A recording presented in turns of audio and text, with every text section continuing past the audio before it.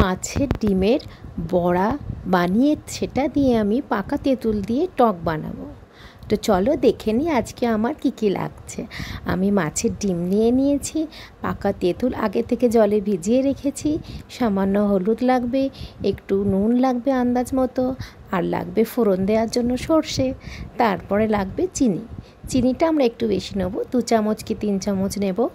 এবং আর লাগছে বড়া বানানোর জন্য সামান্য ময়দা বা বেসন।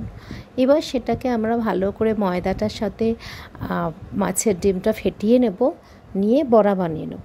বড়া বানানোর পরে আমি সেই তেলেতে সর্ষে ফোড়ন দিয়ে মাছের ডিমের টক বানানোর জন্য তেঁতুল যেটা ভিজিয়ে রেখেছিলাম সেই তেঁতুলের জলটা আমি দিয়ে দেবো। তাতে সামান্য হলুদ, সামান্য নুন আর 2 চামচ চিনি দেব, দিয়ে সেটা একটু ফুটতে দেবো।